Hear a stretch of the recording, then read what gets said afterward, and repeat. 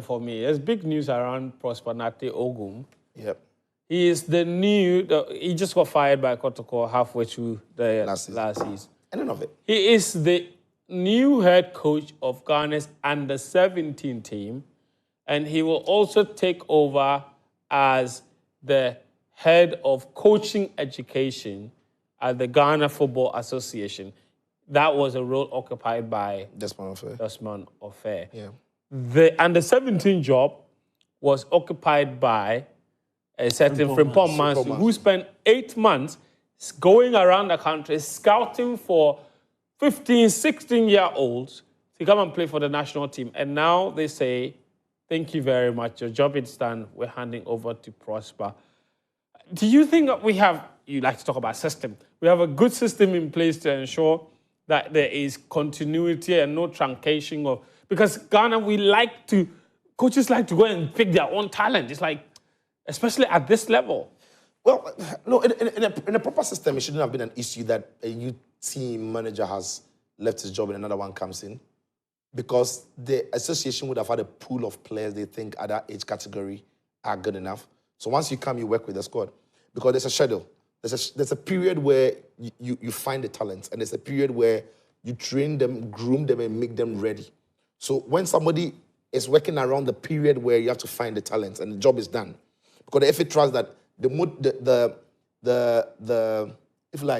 models they have in identifying the talent that are fit for the national teams are being used to identify these talents. When these talents are identified, it shouldn't matter who comes in. The person has to use the talents.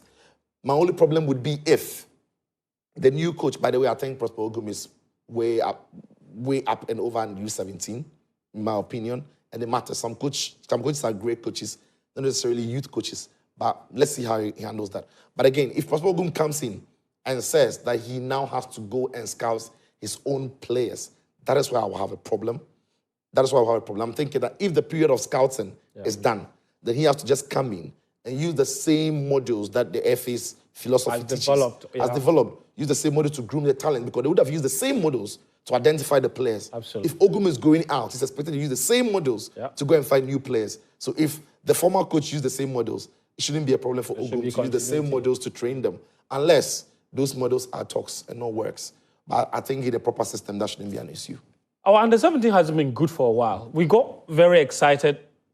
Thank you. When Laie came, but then the fire has sort of died down a little bit after that as well. To be fair, look, our under-17 has not been good for the longest time. Since Kudus.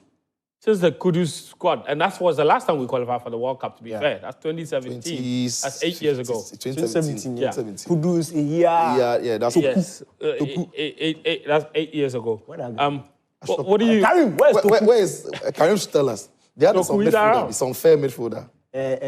Tall, lanky... Fair guy. Yeah. I even had a picture with him. It's called Ibrahim too. Ibrahim, but he had a nickname. He had some Not nickname. Sadiq, but it was Ibrahim something. Ibrahim something. Yeah. Ibrahim. Yakubu. Oh? No, Yakubu. You sure? Yeah, but he was a very fine midfielder. Yeah. Good controller, all of that. No, but Fen, look, I understand why the fire died. Laie got us really excited. Unfortunately, they couldn't qualify for the AFCON. So it will naturally die down.